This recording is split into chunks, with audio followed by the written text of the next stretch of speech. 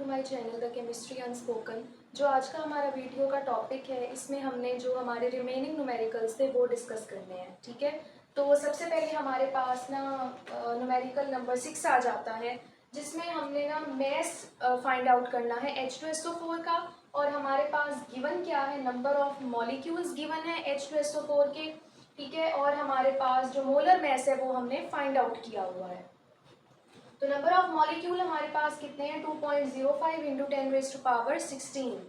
Molar mass हमारे पास 98 ग्राम पर मोल आएगा H2SO4 का, और मैस हमने फाइंड आउट करना है। तो अब हम नंबर ऑफ मॉलिक्यूल्स वाले फॉर्मूले से जो मैस है वो फाइंड आउट कर सकते हैं। ठीक है, हमने पढ़ा भी था। तो नंबर ऑफ मॉलिक्यूल्स वाला जो फॉर्मूला है इधर हम यूज करेंगे। जो नंबर ऑफ मॉलिक्यूल्स हैं उनकी जगह पे 2.05 इंटू 10⁻16 आएगा। मैस हमने फाइंड आउट करना है, मोलर मैस 98 है और एवोगैड्रस नंबर हमें पता है। तो मैस हमारे पास जो है वो रीअरेंजमेंट जो है इस चीज की होगी। ठीक है, मैस को हम इस साइड पे ले आएंगे, 2.05 इंटू 10⁻16 98 के साथ मल्टीप्लाई हो जाएगा, और एवोगैड्रस नंबर इधर मल्टीप्लाई हो रहा था तो वो डिवाइड हो जाएगा। ठीक है, और हमारे पास ये आंसर आएगा 3.332 इंटू 10⁻⁻6 ग्राम। तो ये हमारा जो है H2SO4 का मैस आ गया। ठीक है, तो क्वेश्चन नंबर 6 आपने इस तरह सॉल्व करना है। नेक्स्ट हमारे पास आ जाता है क्वेश्चन नंबर 7। इसमें हमने क्या करना है, इसमें हमने नाइट्रिक एसिड के number of atoms find out करने हैं। ठीक है, तो मैस हमारे पास जो है गिवन है 60 ग्राम नाइट्रिक एसिड का। मोलर मैस हमने फाइंड आउट किया है 63 ग्राम पर मोल निकला है। तो हमारे पास अब number of atoms find out करने के लिए हम सबसे पहले क्या करेंगे, नंबर ऑफ मॉलिक्यूल्स जो है वो फाइंड आउट करेंगे। तो नंबर ऑफ मॉलिक्यूल्स का हमने फॉर्मूला इधर लगाया।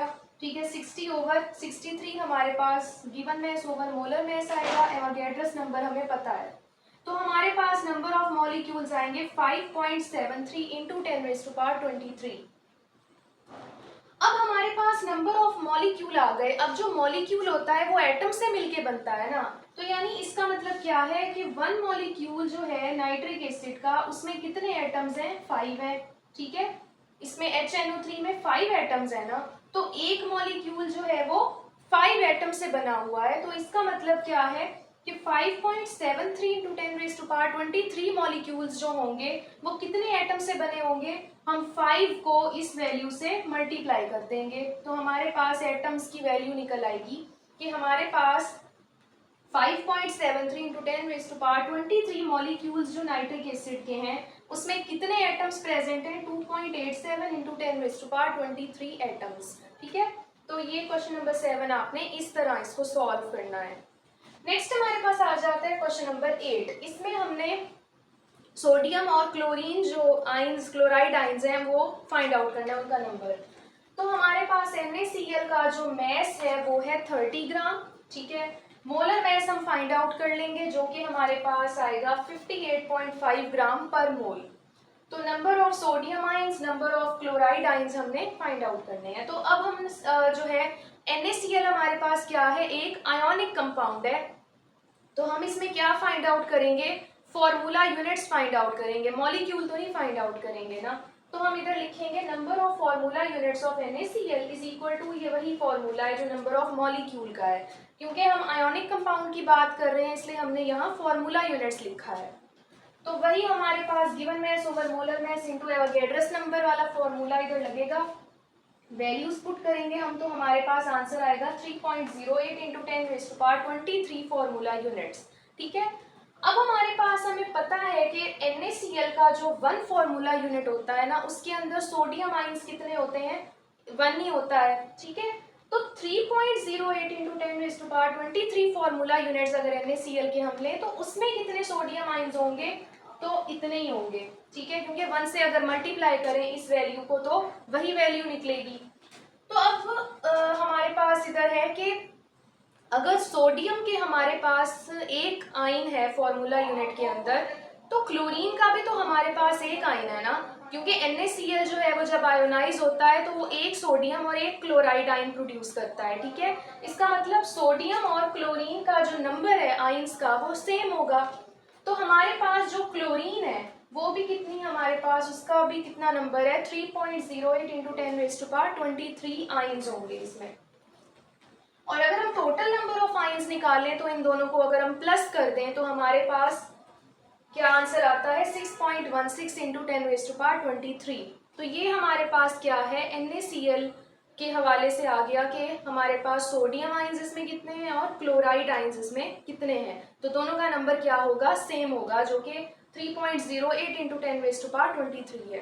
ठीक है, तो ये आपके पास क्वेश्चन नंबर 8 आ गया। नेक्स्ट हमारे पास आ जाता है क्वेश्चन नंबर 9। ये बहुत सिंपल है, इसमें सिर्फ हमने ना नंबर ऑफ मॉलिक्यूल्स निकालने हैं HCl के। तो नंबर ऑफ मॉलिक्यूल का फॉर्मूला आपको पता है, हमारे पास डेटा गिवन है। ठीक है, गिवन मैस 10 ग्राम हमारे पास है और मोलर मैस हमारे पास कितना है, 36.5 ग्राम पर मोल। तो हम फॉर्मूला में वैल्यूज पुट करेंगे, आंसर आ जाएगा 1.64 इंटू 10⁻23 मॉलिक्यूल्स। ठीक है, नेक्स्ट हमारे पास क्वेश्चन नंबर 10 है जो हम सॉल्व कर लेते हैं।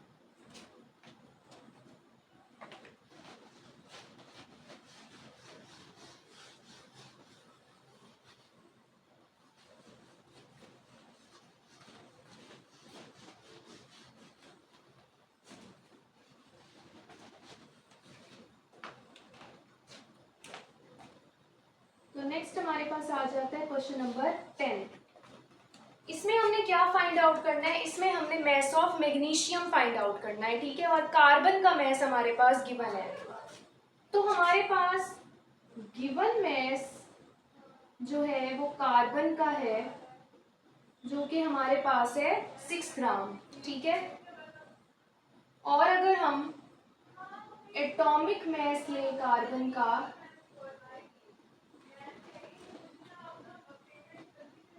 तो हमारे पास आएगा 12 ग्राम पर मोल। ठीक है, जो हमें पता है कार्बन का यही मैस होता है। तो हमारे पास हमने मैस ऑफ मैग्नीशियम इधर फाइंड आउट करना है। ठीक है, तो सबसे पहले हम number of moles find out करेंगे कार्बन के, number of moles of carbon.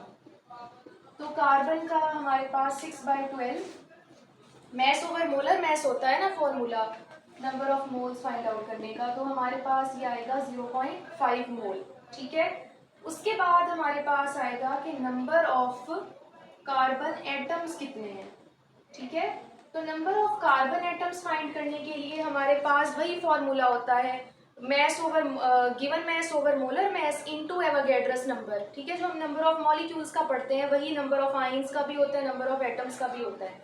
तो कार्बन के केस में एटम्स हैं, तो नंबर ऑफ मोल्स तो हमारे पास पहले से निकले हुए हैं, यानी कि अगर given mass over molar mass करें तो यही चीज लिखेंगे ना हम। तो मैं इधर 0.5 ही डायरेक्ट लिख रही हूँ और इधर 6.02 इंटू 10⁻23। ठीक है, तो मेरे पास आंसर आता है 3.01 इंटू 10⁻23 एटम्स। ठीक है, तो ये कार्बन एटम्स हमारे पास निकल आए। अब हमारे पास एक कंडीशन दी हुई है हमारे क्वेश्चन में कि as we know that the number of carbon atoms and number of magnesium atoms are same। ठीक है, अगर ये दोनों सेम है, नंबर ऑफ एटम्स इनके सेम है, then number of moles of magnesium of both will also be same. ठीक है, तो दोनों के नंबर ऑफ मोल्स भी इसका मतलब सेम होंगे। ठीक है, तो हम अब क्या करेंगे, हमने number of magnesium atoms find out करने हैं। ठीक है, तो इधर हम वही फॉर्मूला लगाएंगे, mass over molar mass into Avogadro's number. तो मैग्नीशियम एटम्स की जगह हम ये वाली वैल्यू लिख सकते हैं ना, क्योंकि इनके एटम्स आपस में सेम है। और मैस हमने मैग्नीशियम का फाइंड करना है। ठीक है, मोलर मैस उसका कितना होता है 24, और ये हमारे पास वही है एवोगैड्रस नंबर। तो हमारे पास जो मैस निकलेगा मैग्नीशियम का वो हमारे पास कितना होगा, वो हमारे पास होगा, हम इसे कैलकुलेट कर लेते हैं।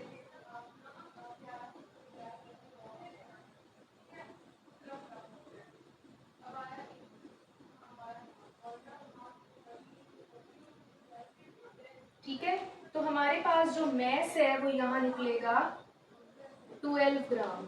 ठीक है, तो मैस हमारे पास मैग्नीशियम का जो है वो 12 ग्राम है और कार्बन का क्या है 6 ग्राम।